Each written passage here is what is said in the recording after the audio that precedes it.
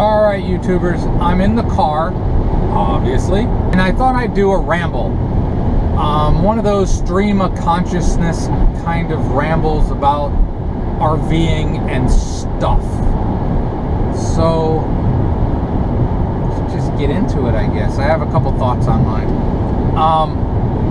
One thing I've been thinking, and I'm trying to fight myself from doing it, and I'm not sure why I'm fighting myself. I always call myself an RVer. I don't consider myself a vanner, you know, van life, that kind of thing, because that's not really what I'm doing. You know, a lot of people that are doing what we would call the van life are doing a lot of boondocking, they're living in it, that kind of thing. I tend to travel a lot more like an RVer does. And that's not because I don't like boondocking, because I do. One point is I'm in the east where it's a little bit harder, and the second point is the animals. Boondocking, I'll go out someplace and then I'll want to go wander, which would mean locking up the RV more than I want to, and then worrying about the animals all the time. So because of that, I'm an RVer, and I'm good with that. You know, I'm doing it the way I like. But one of my thoughts has been, I like having the house, and I've been considering relocating up to the UP. Dude, I'm doing 70 and it's 50. But anyways,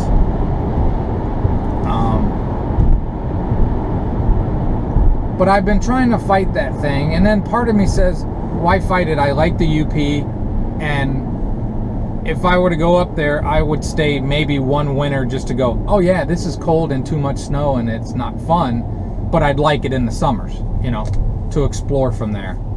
So we'll see what I ever do with that, but I think I'll be one that will most likely stick with having a house. When I first thought about doing the full-time thing, I was going to use a family member as home base kind of thing, you know, keep some of the stuff that for some reason I can't separate with, and I'd have to purge all that thrift store crap. But I think I'll always most likely have a house. I could go a lot smaller, you know, than I have now, but I like the idea of having a house. So I'm gonna make this. So there's that. I'm fighting that urge to move up to the UP. I think I could probably even do it cheaper up there for some things, you know, rent and stuff like that, or a mortgage would be cheaper up there, but the cost of living on many ways would be higher, just because if you go to remote places like that, going to the grocery, buying gas, all that stuff tends to be a little bit more expensive. But my other thought has been about my kind of RV, what I own, Cousin Eddie. Now, I know deep down I have no desire to get a different RV, but sometimes that thought does get in my head. And it's mainly because of the animals. You know, I really like my leisure travel.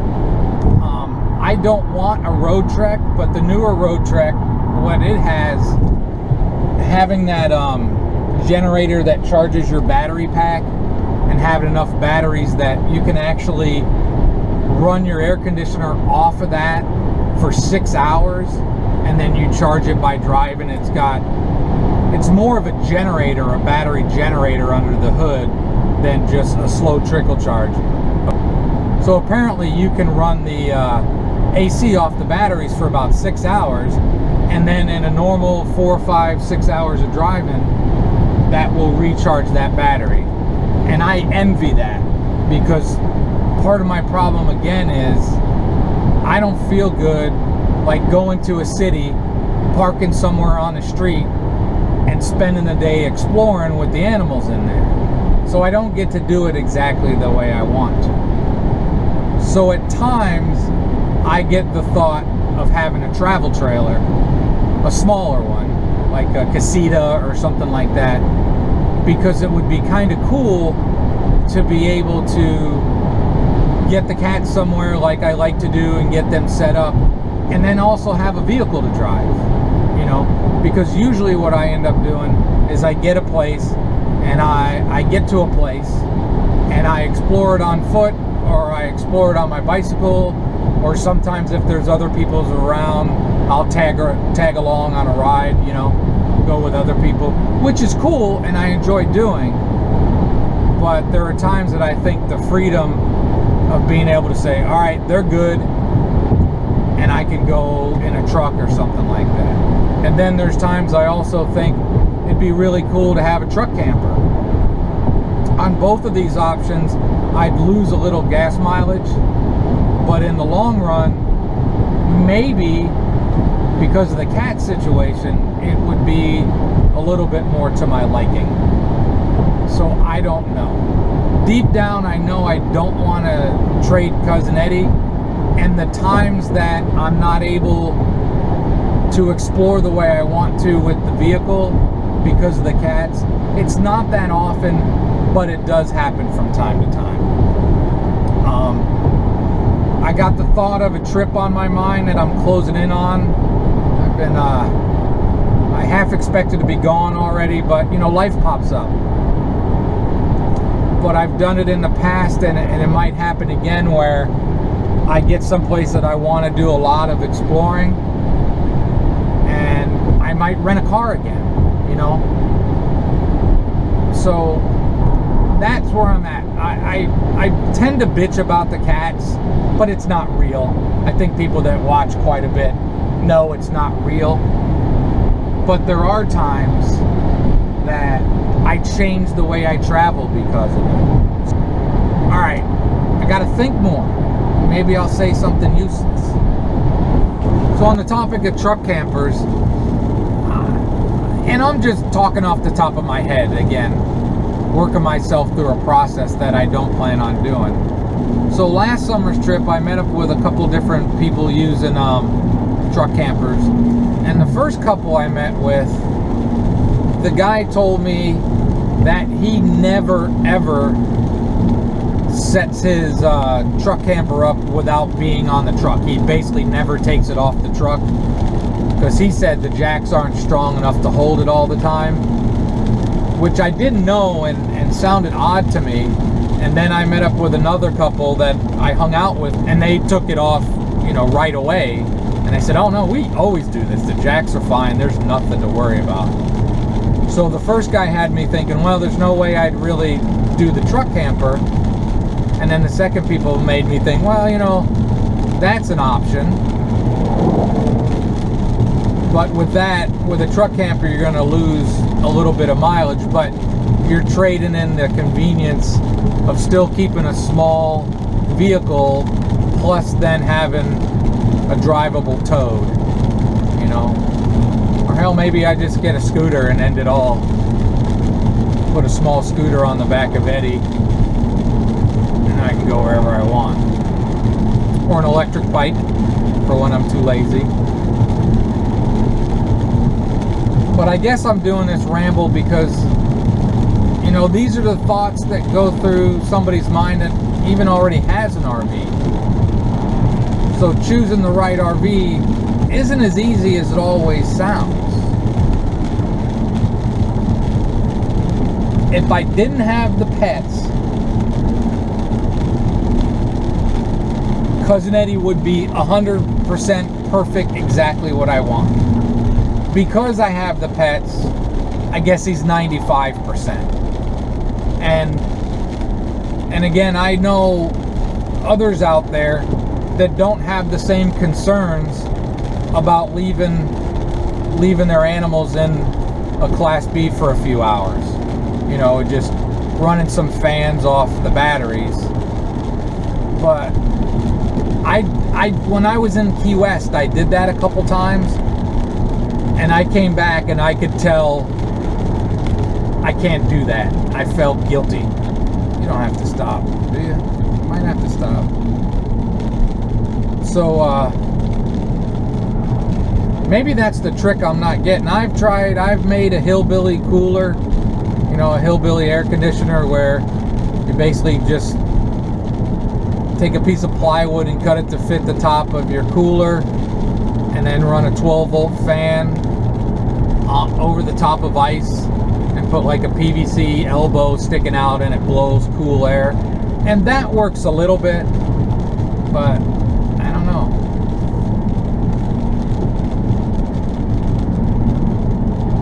All right, so that's the meandering thoughts of, do I want to move and get a new house closer to an area I enjoy so I could do more short trips and then still run away in the winter? Do I want to change my RV? And I think of the changing the RV or getting a house up in the UP. I don't think I'm going to do either, but I'd say the house in the UP is more likely than trading out the RV. So, meandering thoughts. Okay, I'll be back. Might be on this part of the drive, or it might be dark. I don't know. I guess the workaround for the whole stopping someplace and leaving them in the RV is I could just fire up the generator. I know there are people that do that travel with pets, you know. They go to a restaurant and they go somewhere, they just fire up their generator and go do what they want to do. But I'm not thrilled about that idea too. You know, you always wonder, what if the generator bogs down for a second and kicks off and I come back in 5 hours and things are not good?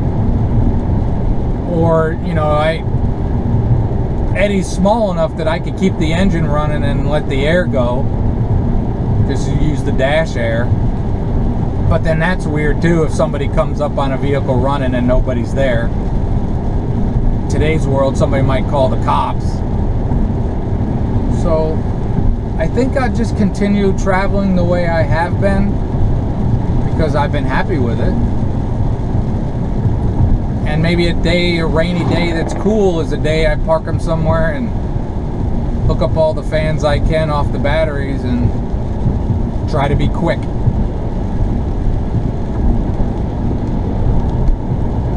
Thoughts of a pet-owning RVer. But if you travel with pets, I think one of the most important things you got to do is you got to ensure that they're safe. And if you come back and find your pets looking a little stressed out and a little bit warmer than you'd want them to be, it kind of gives you pause.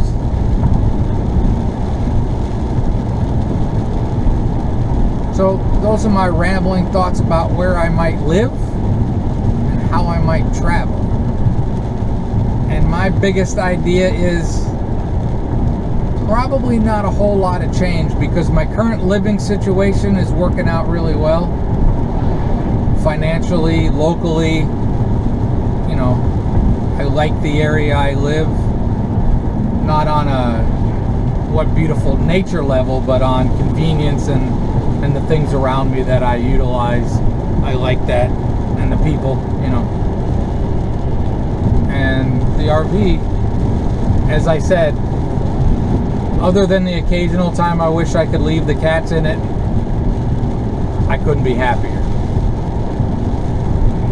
So this is a nonsensical ramble that I will look at, and I'll try to stop myself from doing what I do a lot of times and just scrapping it and not posting it. I might just post it because, you know, sometimes you get great ideas from other people out there, or you give others the idea that, hey, I got some of the same concerns as this guy. All right, I'm gonna sign off for now and see if I have a topic change come along. See if I get something else to ramble about.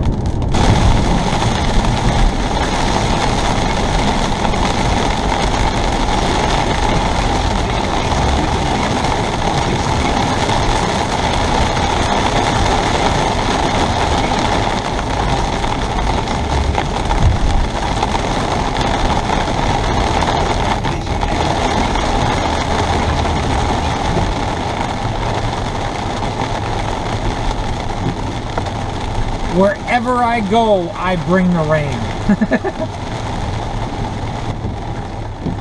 All right, that's rain. for those of you that don't get enough of it, there's some rain. Hey, a rainbow. How about that? I always think of carton. I hate rainbows.